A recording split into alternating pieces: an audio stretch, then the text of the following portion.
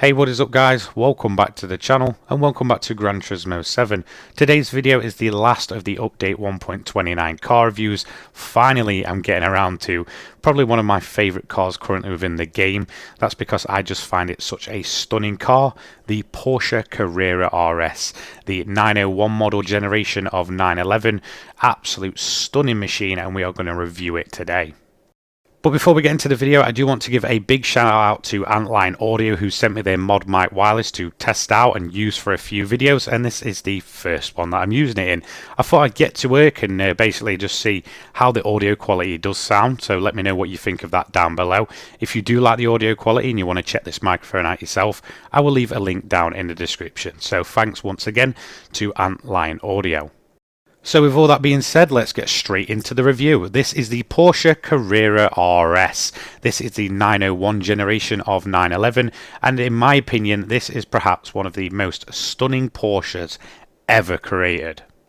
For me, this car just hits a sweet spot in terms of its styling. It has that original Porsche 911 look, and it has that classic simplicity to it, whilst also being rather quite sporty and in your face at the same time. There's no kind of ignoring the bright blue wheels or the big Carrera sticker down the side or that ducktail rear wing. So obviously you probably know how this works by now. We take a car around the Nordschleife for a hot lap in its bog standard out of the box form. So I will not be doing tuning to it. I will not be adding parts to it. Then after that we'll see where it kind of ranks among the other cars that we've tested, and then we'll go ahead and give it a full modification, all the upgrades we can, some racing tyres, again no tuning to kind of keep it fair. Some cars are just far too overpowered when tuned and it would make it a little bit too unbalanced. Then we'll obviously take it around the high speed ring to do the lap there and basically see where it ranks over there, whilst I give you my opinion on the car overall.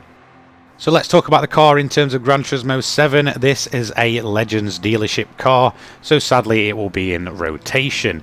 Hopefully it won't do a Suzuki Escudo and disappear forever. It should realistically return within around about, I'd say, another month or so.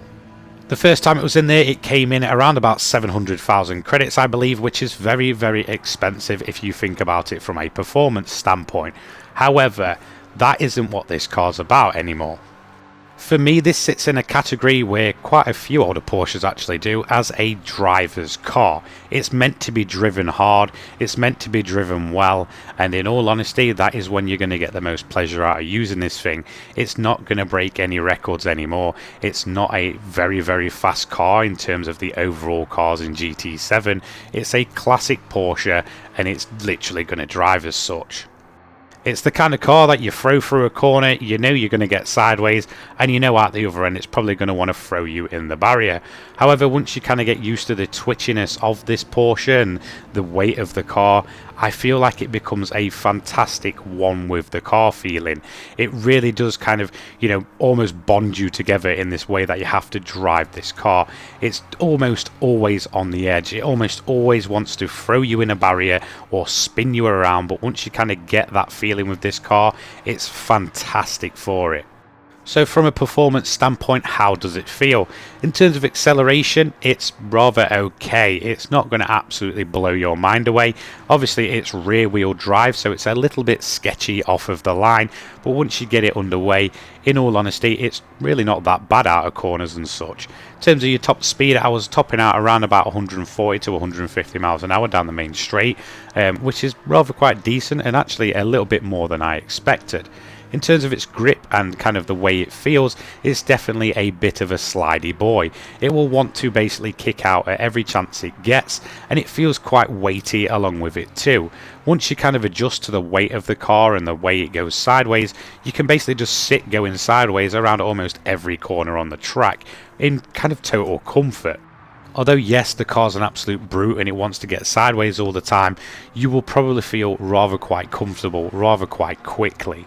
In terms of looks, well, in all honesty, what can I say? It's got the typical classic 911 styling, those big frog front eyes and that big ducktail spoiler, and I honestly think it may be the best looking 911 that we currently have within GT7.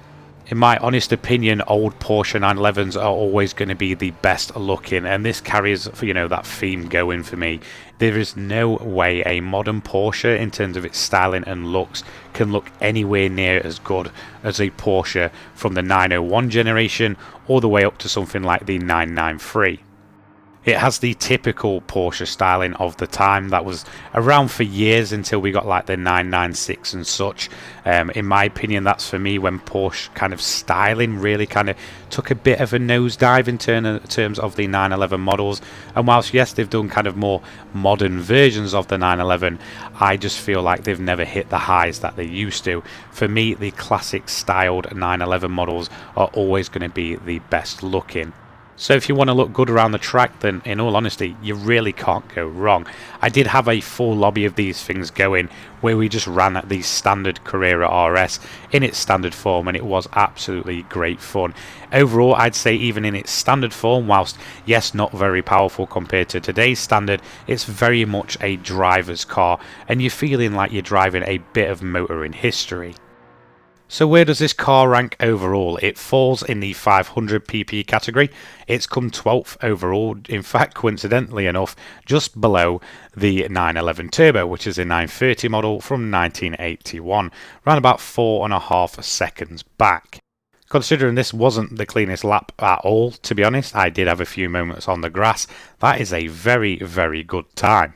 However, that's not going to be it. Obviously, now we have to head out and do our modified lap time around the high speed ring. So let's have a look at the car that we've got installed now. This is obviously the Carrera RS. However, it's basically turned into a full-blown classic race car. For me, this is one of the best looking cars in the entire game. When you've got the full wide body on it and you basically turn it into a race car, it looks absolutely incredible, especially with those massive rear tyres. One thing to note is that I was actually really surprised just by how many customization options there were for this thing. So with all that being said, you know what it looks like, so let's go and see how it performs.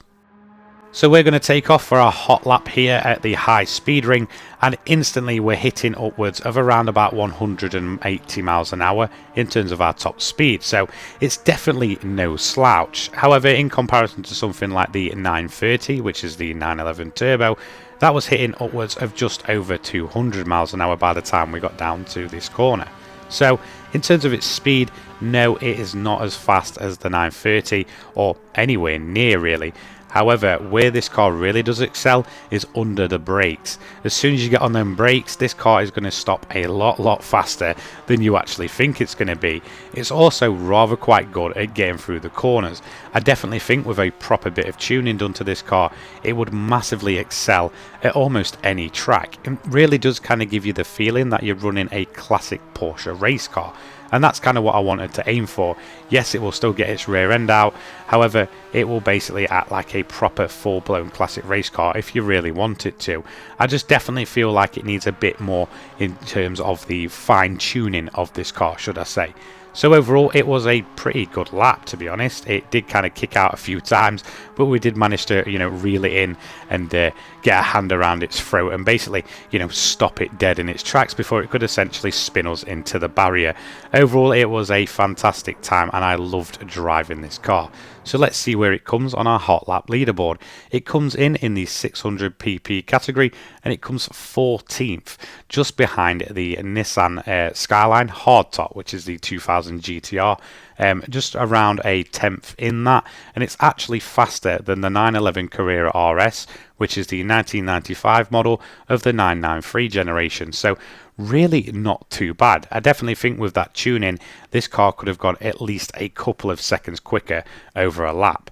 So there we go. That is my update 1.29 car reviews over and done with. I'm finally all caught up on them. I will try and go back and get some money guys done for them, because I know people like to kind of grind money with the latest and freshest cars in GT7, which is completely understandable. Obviously, I've covered the Honda. I do have a couple of guides coming for the Ital Design VGTs, which are surprisingly good. I'm currently still working on fine-tuning this Carrera RS, so hopefully I can get something brought to you later on over the weekend or something like that. Thank you so much for watching. Again, a big shout out to AntLion Audio for the mic donation, and I will see you all later on. Have a great day, guys. Peace.